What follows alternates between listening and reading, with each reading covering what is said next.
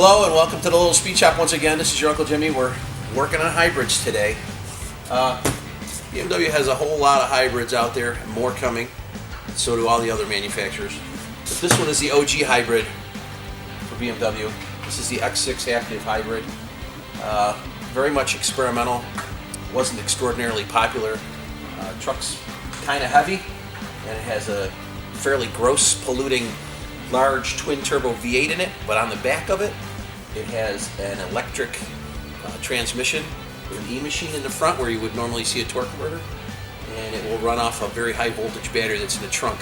And I want to warn you, okay?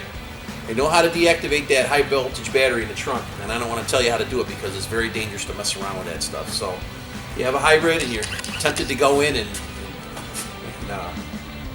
play around with the high voltage batteries in it, I would suggest you don't, because it'll put you underground in a hurry. What you'll find in the early hybrids, like this one here, is some high voltage battery cables, which you don't really want to mess around with either. Very dangerous if the battery is hooked up. Right now I have the battery completely disconnected, or else I'd be dead after doing that. Run those cables, run down to what we call an E-machine. The electric transmission has two separate electric motors in them. One of them makes right around 90 horsepower and the other one makes about 82. So when it's all fired up and running and going down the road, it actually has almost exactly the same horsepower as a X5M would or an X6M would, but it has more torque because of the electric motors. That's why the one nice advantage to having electric motors in your car. They make torque and they don't wait. They don't wait for pistons to go up and down. They don't wait for gas to get there. They don't wait for turbochargers to spool up. You get torque like that.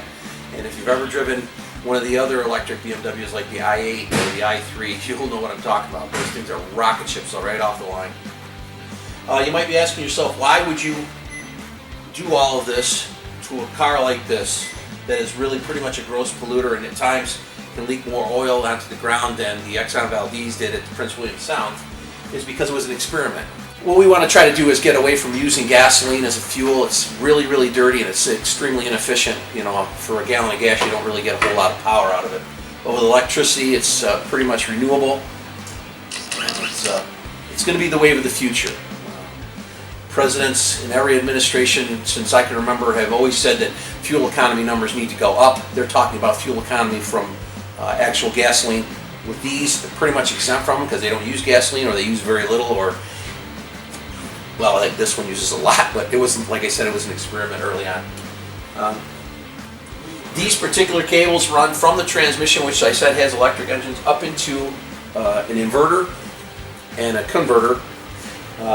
Alternatively, they will switch from DC to AC, depending on the need of the vehicle, whether it needs to use the electric motors or whether it needs to charge the batteries, the 12-volt batteries, which are DC, or run accessories in the car. You know, the air conditioning compressor, for example, is electric in this.